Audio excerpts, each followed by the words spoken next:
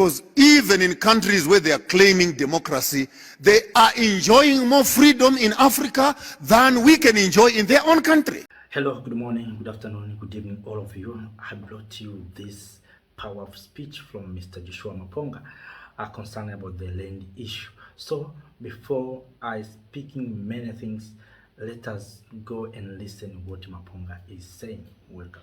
Because even in countries where they are claiming democracy, they are enjoying more freedom in Africa than we can enjoy in their own country. And I don't know why we are so much scared of dealing with the devil once and for all. And you tell this message to all my white brothers from Germany and from South Africa. If you are not careful the way you handle land, you are going to leave your children with a snake in the back. Because these young people you see here, one day when they wake up and they ask each other, where is our land? After being to Australia and they are told you are illegal immigrant. They go to America and they are told you are an alien. They go to Britain and they are told you are a foreigner. And they come back home here and they are landless. Your own children, you will turn in your grave as our children will start victimizing your children. If you are smart enough to hear a fool, start making arrangements to relinquish some of the land into the black hands, to diffuse the anger of the people. Use democracy to bribe them and be nice to them when they can still listen. Because time will come when you will want to talk and will not want to talk. You'll want to negotiate and will not want to negotiate. Maximize on time. And as far as land is concerned, gentlemen, we don't have to apologize for what rightfully belongs to us. The African does not own his land. The land owns him. From it we have come. To it we shall return. I owe my allegiance to the soil where I come from, because soil is spiritual. That's where my history is. That's where my forefathers are buried. I eat from it. I drink from it. My history is written in the land. And whoever owns my land owns my blessings. Because when it rains, God has blessed me. If I don't have access to land, I don't have access to existence. Therefore, every man must have two wives. The first wife is land. And the second wife is the one who will make children for you. If you don't have land, you don't have a right to reproduction.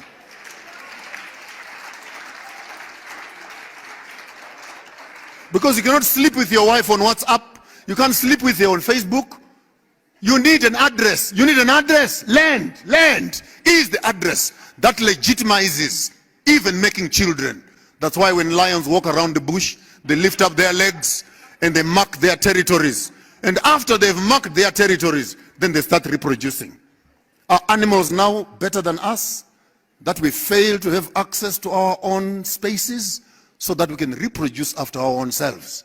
I challenge SWAPO to deal with land issues violently. Take off those bloody gloves. Get down to business. But be strategic, be thoughtful, be mindful, be future-seeing, and put strategies that will work. But no matter how long you wait, sweet talking around land, it will boil down to one thing. Who will ultimately be the owner of the land? So I would want to respect that by policy. Let's keep the land as state land. Let people lease it from us as they work. And let us constantly be in control, because this is one of the only assets that we have as a nation. And sooner or later we must discover who is our enemy and who is our friends. This is how I want you to think. This is how I want you to feel. This is how I want you to do. You guys went to war. And you did not go to war to fight for democracy. We didn't go to war so that we wanted to share toilets. No, we can build our own toilets. We went to war because we wanted to restore land. Number one. We wanted power away from those that were oppressing us and to have it to ourselves. I'm talking this as a Pan-Africanist. This has been the weakness of all African governments, all of them. They went to war to fight for land. When they were there, they started organizing governments and they made themselves the kings while they were at war. And when they came back, they assumed the instruments of colonial power systems, and they started to become the drivers of the same system which had oppressed them. Yes, welcome back, my dear lovely Africans here in the continent and to those who are in the diaspora. That is Mr. Joshua Maponga providing his wisdom words to the people of Namibia. So this speech provided almost 4 months ago, but what is happening right now in South Africa is what Maponga was prophesied.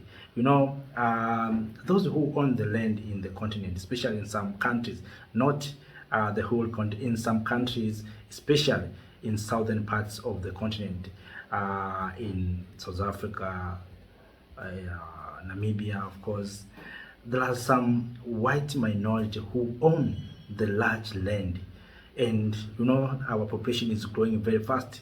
Many Africans, the population of Africans is growing, so they need the land to do activities such as agriculture, investment, but there's no land. The land is in the hands of minority. So Maponga has explained very well that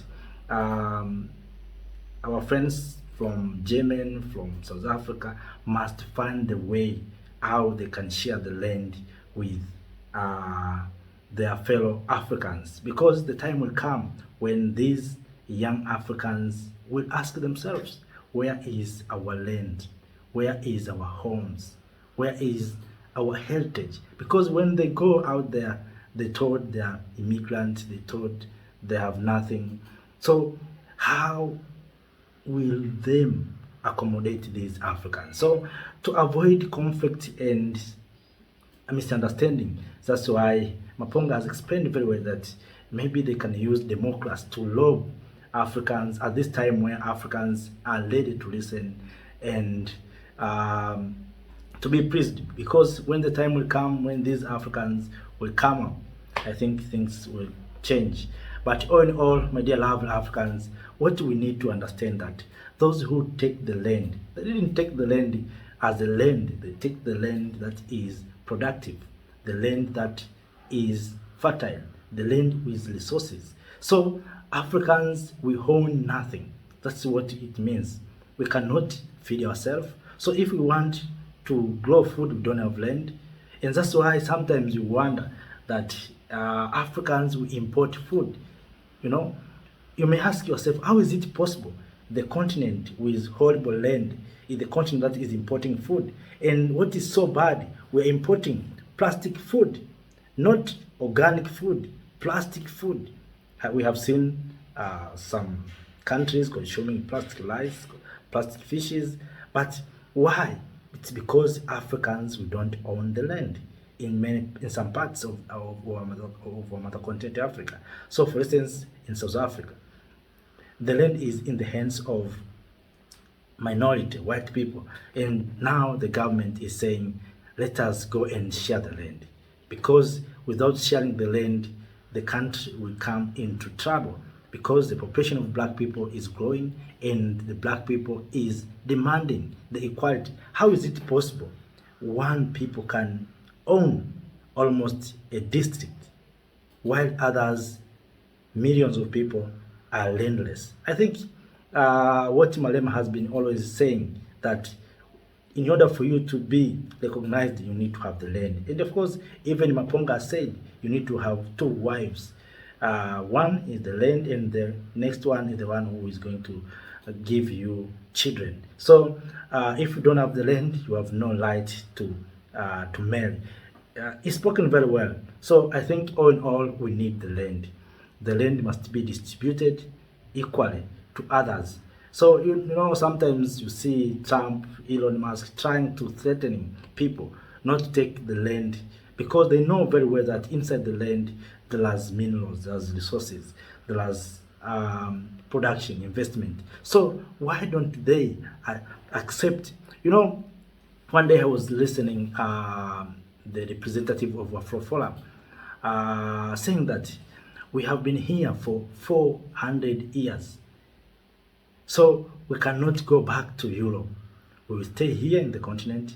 Those are just white South Africans when Trump given them offer to go to live in America, but they said no, we cannot go to, to America because we have been here for almost 400 years. So how is it possible for us to move to America? But you know, if they have stayed with the land for 400 years, what is bad for them right now to share to share the land with Africans who have been landless for almost 400 years? I think if we are talking about human rights, we are talking about justice. I think Africans, we are suffering with injustice, we are suffering with human rights. And if America is claiming in the country that is preserving human rights, first of all, they must make sure that the land that was taken from Africans must be given back to the Africans. Because how can you come here and telling Africans that you need to be industrialized, you need to feed yourself, you need to do to develop yourself? Of course, you heard Trump cutting aid. How can we develop ourselves if we don't have the land? You see, we cannot feed ourselves. I think Trump must observe the human right to the Africans who are landless, and their land have been taken by colonizers. So if we want to live in a peaceful way in this continent and even in the world, we must give Africans the justice. Let us give the land back to Africans. You know, I know sometimes people are ready the issue of Trump to take the land in Gaza. So Africans need to own their land. I know there's some civilization who have appetite to take the lands of others. For instance, European, they have appetite to expand their territories, to own others, to own the land outside of their countries. But they cannot allow Africans to own the land in their countries. Ask yourself how many Africans have land in Europe. They are conducting agriculture. How many? No. But there are so many Europeans, Americans, and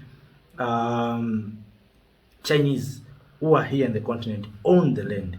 And sometimes we cannot blame them much. We have to blame sometimes ourselves. But this generation is saying we want equality. We want to share the land. We want the land to be brought back to the rightful owners. So, and that's what the Africans are demanding. We had the issue of Zimbabwe when Mugabe took the land. But all in all, we know that we are going to face some consequences because those who want the land are not ready. But all in all, my dear lovely Africans, we must take the land back to the rightful owners. When we talk about feeding ourselves, we cannot feed ourselves if we don't have the land. If we are talking about industrialization, we cannot industrialize if we don't have the land. So land is important for us, for our prosperity, for our development, and for our achievement. So what Maponga said, we eat from the land. When we die, we be buried in the land, and of course we climb from the land. So after that, let me say thank you. Have a nice time. See you next time. Bye bye.